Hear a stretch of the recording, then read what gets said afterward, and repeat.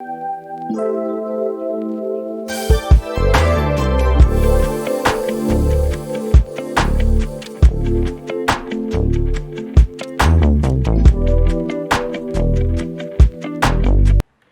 guys, welcome back to my channel. It is your girl Najwa. I'm so happy you're here. If you are new to this channel, please stop what you're doing. Before we start this video, I have to ask you a huge favor. You subscribing to this channel and clicking the bell so you know whenever I post a video, super duper helps out this little growing community of like-minded people. So please take this time. PSA, public services announcement. Please go ahead, click the like and subscribe button. Hit the bell, that way you know whenever I post a video. So we have to talk about narcissist flying monkeys. They are terrible. They're terrible.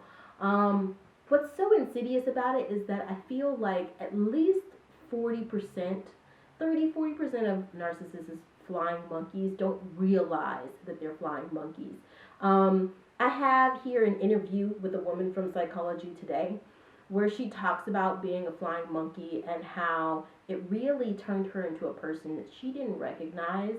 And at the time, she really thought that she was upholding what was right. She thought that the narcissist was truly the victim. And so she was going after another victim of the narcissist. And in the end, that victim blocked her out of her life. And that person had been a friend before.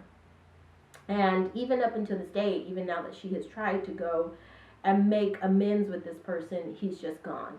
So we're going to look at that sort of as a case study. We're going to look at that sort of as a case study. But before we get into that, let's just chat about this a little bit.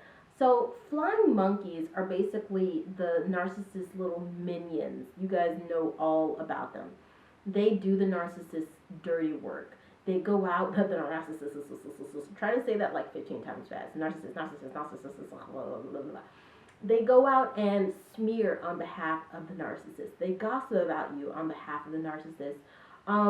They do the things that the narcissist doesn't want to do. For example, the narcissist that had been in my life for a very long time, that person's major flying monkey, was the one to basically tell me off and tell me like it is and, put me in my place. And meanwhile, the narcissists in my life, their hands were clean, but they weren't really clean. This person was just sort of a chess piece. They're just like basically a chess piece. And there are some people, particularly with the flying monkey, the major flying monkey that was like the minion, the foot soldier of my narcissist.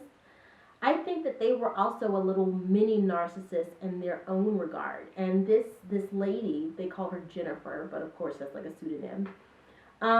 She speaks on that element of like, it's possible. Actually, no, it's not Jennifer, the interviewee. It's actually the writer, the person who covers this. But she talks about how there are some flying monkeys out there who are like mini narcissists in themselves. And you know that narcissists are just power grabbers. They basically do everything and anything to power grab. They don't have real empathy. They don't have real sensitivity. They don't have real compassion. Like, they just want good looks, money, sex, power, material things, nice vacations. Like, that's pretty much it. And even if that narcissist comes in the guise of a philanthropist, a humanitarian, a politician, a preacher, like, it really doesn't matter. It's all just a front. The narcissist is just, they run purely on, I want stuff, how can I get it? But they see that when you just do that outright and you don't put some sort of face of like being the good guy on that, people don't really respond very well. So that's why they come in the form of humanitarians and politicians and preachers and ministers and all that stuff. So basically, the flying monkey, who's like the mini narcissist, they just basically haven't graduated up to that OG level yet. So they see the narcissist and they see someone who is powerful. They don't see a good person. They don't see a friend to protect. They don't see a mentor. I mean, in a way, they do see a mentor, because they're mentoring them on how to be a narcissist. a real good narcissist. But basically, they just see someone to power grab with. And so, them being a flying monkey is just to get somewhere. So with that being said, let's take a look at this. So, I want to talk specifically about the 3 different kinds of flying monkeys that this author talks about. So this is an article from Katie Gillis, and it's called Interview with a Former Flying Monkey. And it says, a former accomplice to narcissistic abuse tells of realizing the truth. And this was published on April 14th, 2022. And I really want to emphasize how narcissism is becoming so rampant after these really divisive conservative figures like Donald Trump, or quote unquote conservative, but they're not really conservative. Narcissists they'll put on any guys, like we said, to just get power. Nigel Farage, Boris Johnson, Netanyahu, Modi, like it's the same old thing, same thing everywhere, right?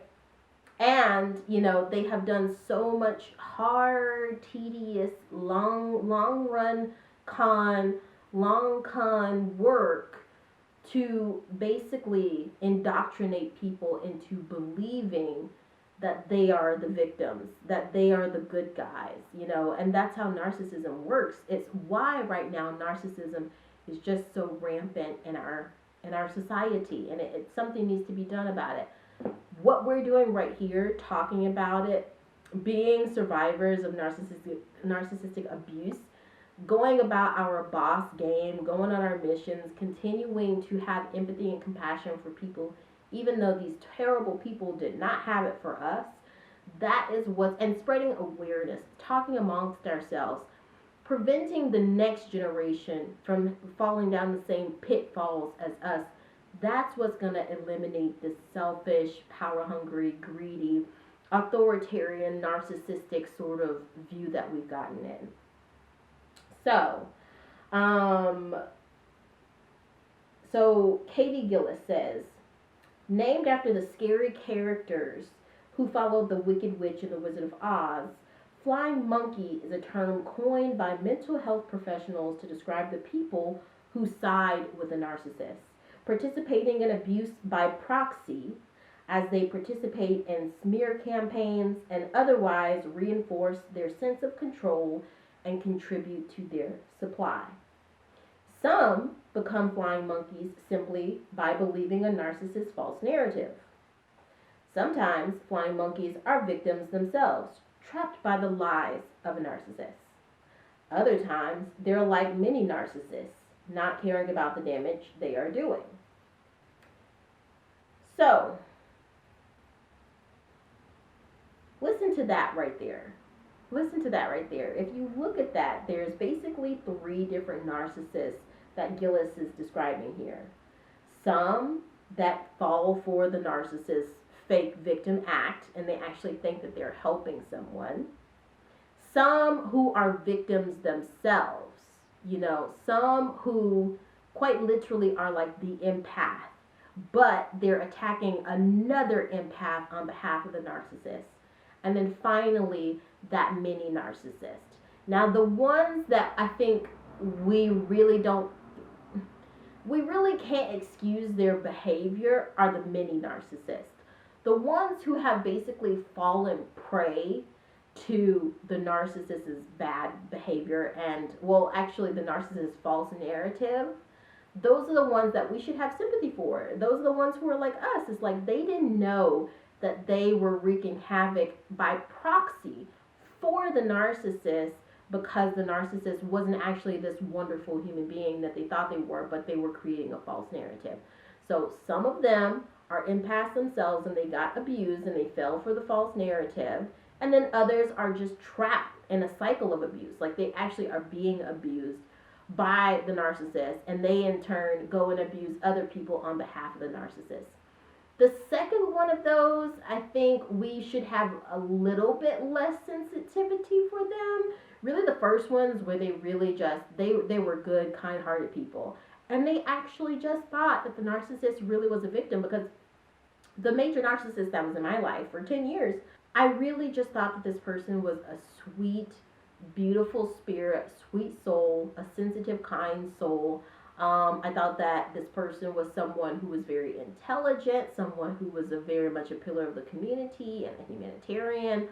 But all of these subtle ways of control via proxies, via these flying monkeys, became really, really apparent after a while. I'm going to give you one example. So, for example, one of the flying monkeys of my narcissist came onto my Facebook page. After I have known this person almost my whole life, since I was, 6 years old. And Facebook has been around since 2004. I've had an account since then. Okay, she's an older person, so maybe she didn't get on Facebook until 2010. Whatever. Still, 2010 was almost a decade and a half ago. This woman, I worked alongside her as well for 2 years. She was a teacher at my school. I worked alongside her. Never, ever added me on Facebook, ever, And then I stood up to the narcissist and basically put down my precedence and just was like, no, I'm not taking this anymore. And I didn't even say anything. I walked on up out of the narcissist's life and I didn't even say anything. It was just like, yeah, I'm done.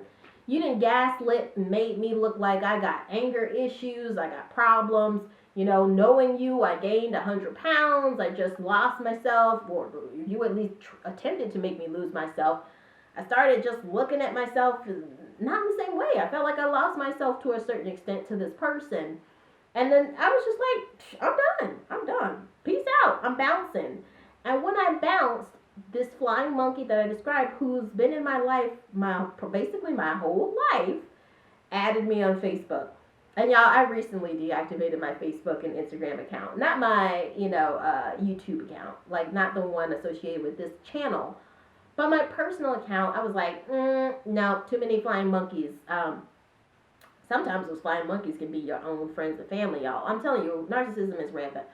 Anyway, this proxy flying monkey from the major narcissist who was in my life, I knew she was a flying monkey, or this person was a flying monkey, when they commented on one of my photos, okay? And it was a photo where I was just smiling, I was smiling like this, that nice smile. I mean, my teeth aren't fake or whatever. I didn't pay thousands for surgery, but I got a little nice smile, right?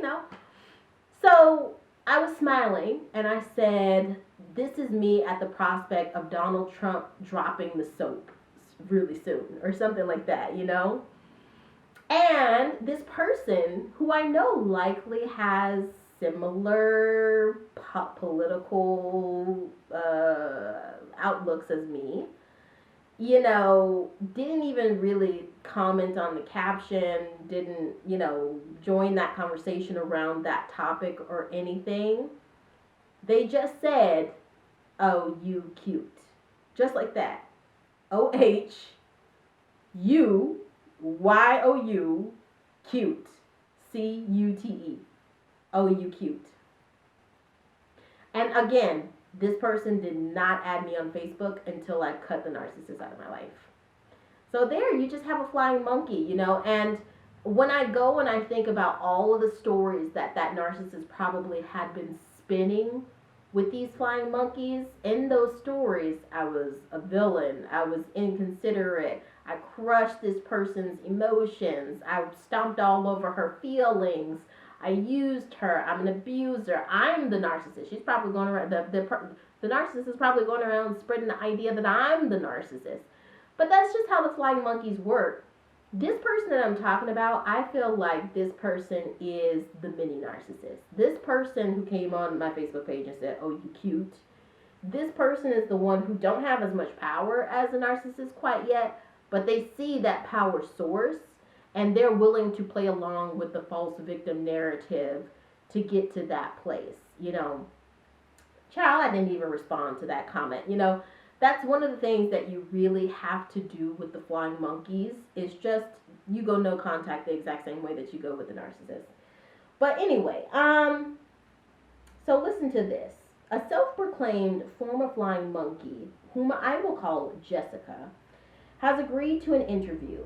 Jessica represents so many others who have unknowingly participated in the abuse of a narcissist target after she was herself manipulated. What happened in your particular situation? The interviewer asked Jessica. Jessica says, well, I was friends with this couple. Let's call them Jenny and Kevin. I knew they had issues, as most relationships do. But when the breakup happened, it was really bad. I refused to choose sides because I felt like I was friends with both of them and I shouldn't have to. Let me pause there and just kind of elaborate, because when I read this the first time, I didn't completely understand. So basically, this Jennifer person is saying she was friends with a couple, but she was friends with both of them. However, the male in the couple was the one she was kind of really closer with from the beginning. She's also letting you know that they went through a breakup and, she was trying to basically not pick sides during the breakup. And you'll notice that the narcissist, whatever the dynamic is, with my narcissist, it was a professional situation, but the same thing plays out. When there is the falling off of the mask of the narcissist and the empath notices, other empaths around the situation will try and separate themselves from it. The empath that was the victim in that situation will try and separate themselves from it.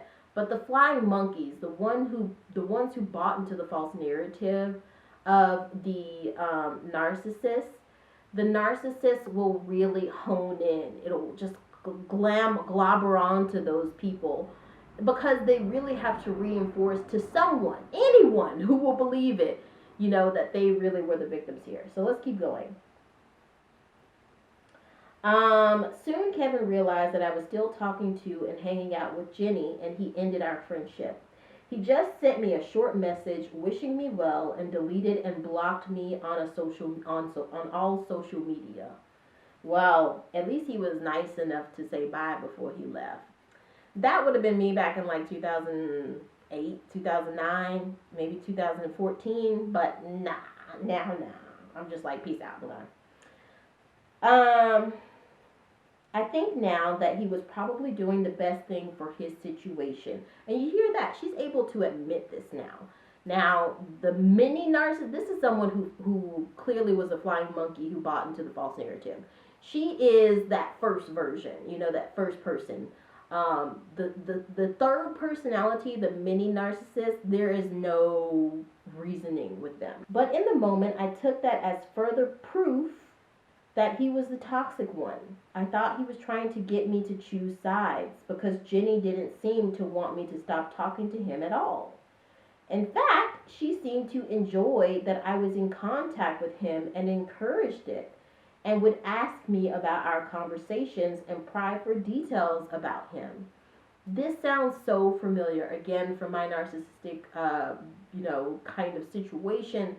Like, again, it was not romantic, it wasn't it was a friendship, so I guess that is kind of a parallel here. But, when their masks started to slip off and alliances started to be made, the same things happened, and the other empaths who were attempting to separate themselves from the narcissist, and me myself was still either a person who was abused by the narcissist or the empath, or potentially I was a flying monkey unbeknownst to me, and I didn't know it because I was still buying into the narcissist's false narrative. The narcissist would basically want me to come back to them with gossip about the empaths that were separating themselves from the narcissist. So in this situation, I feel like Jennifer was basically encouraged by her narcissist to keep talking to Kevin because that way she could just bring back information to the narcissist. That's just how they work. Again, they're just like power brokers, they think in a very transactional way. So, in what way did you act as a flying monkey? Jessica says, well, I think the biggest thing that I did was to reinforce the narrative that Jenny was spreading around. She said that Kevin abused her and stole money from her. I allowed her to say those things about my friend, thinking that Jenny would not lie about something so serious. Pause there. That happens so many times, right? It's like, I can't fathom that anyone would be so evil as to make up all of this stuff, make up this stuff like they are the victim. If it weren't true, you cannot fathom it, but it actually is real and it exists. So, because I thought Kevin had abused her so badly, I urged her to seek revenge and participated in her smear campaign against him. Narcissists are so good at planting a very nefarious, evil, seedy idea, snakish idea in your head and making you carry out with it, because they always need to keep their hands clean. But Kevin, he already knew who this person was. He already knew who Jenny was, so he had already cut contact. He didn't need to be, seeds of these snakish ideas didn't need to be planted in Kevin's head. Because like me, he saw it and he was like, I need to get out of Dodge.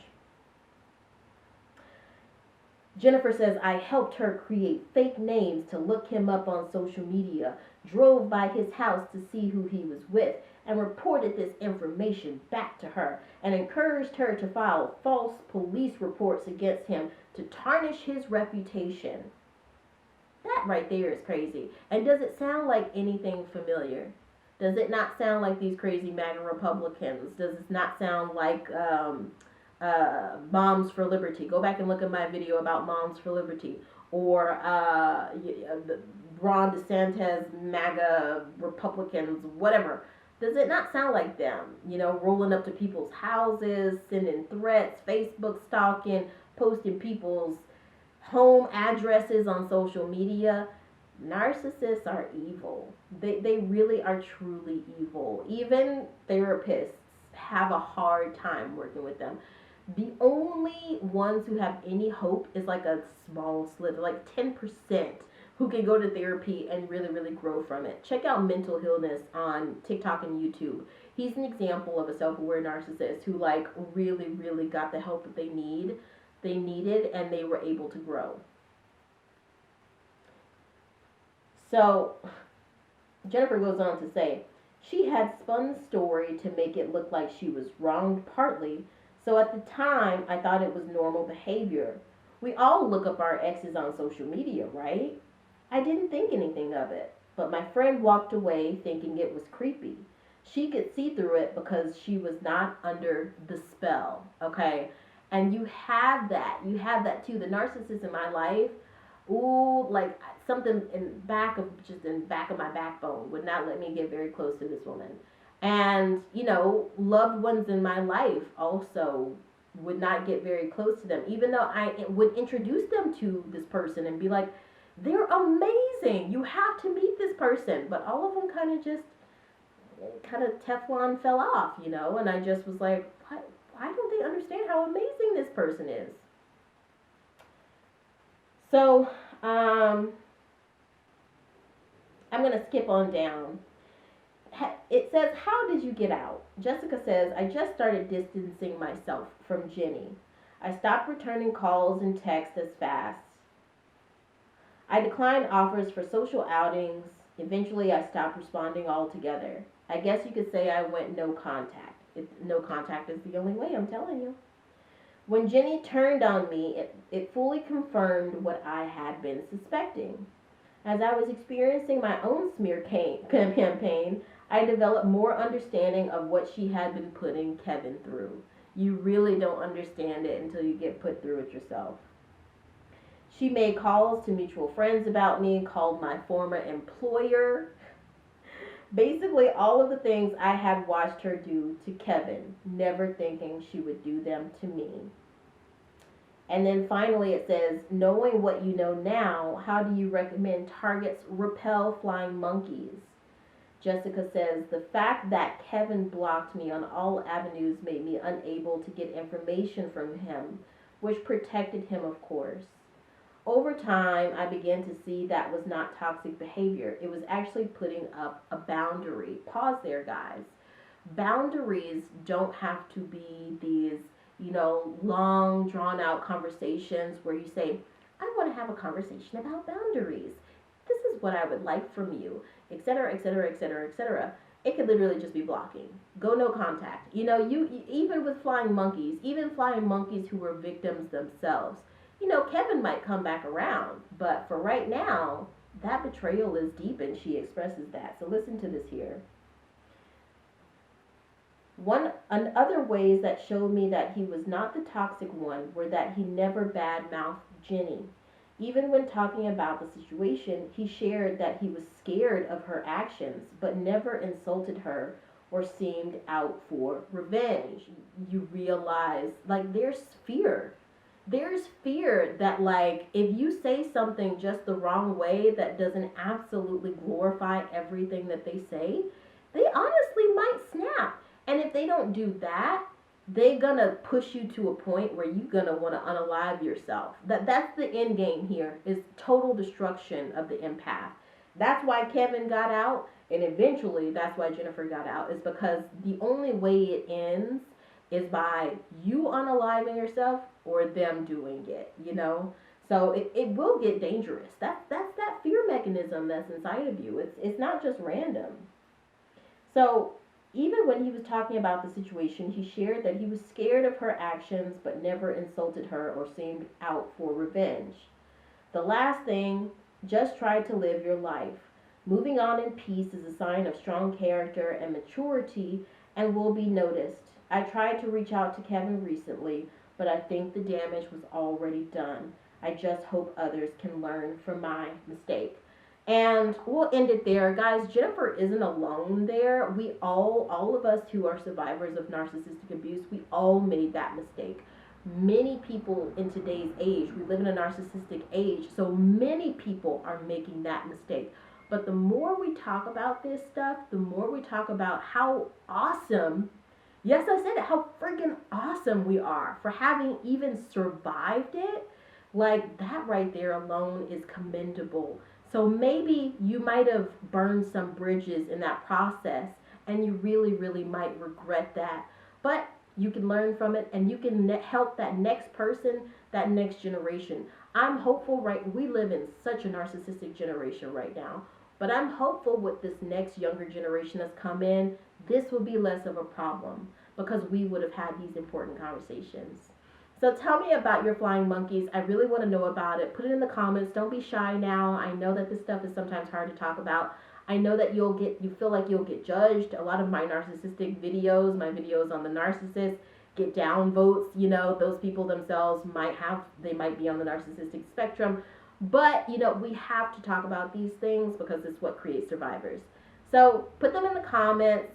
I'd love to know what you think. If you're new here, please, please, please, please help out this little community, my channel, by clicking the like and subscribe button. That way you'll know whenever I post video.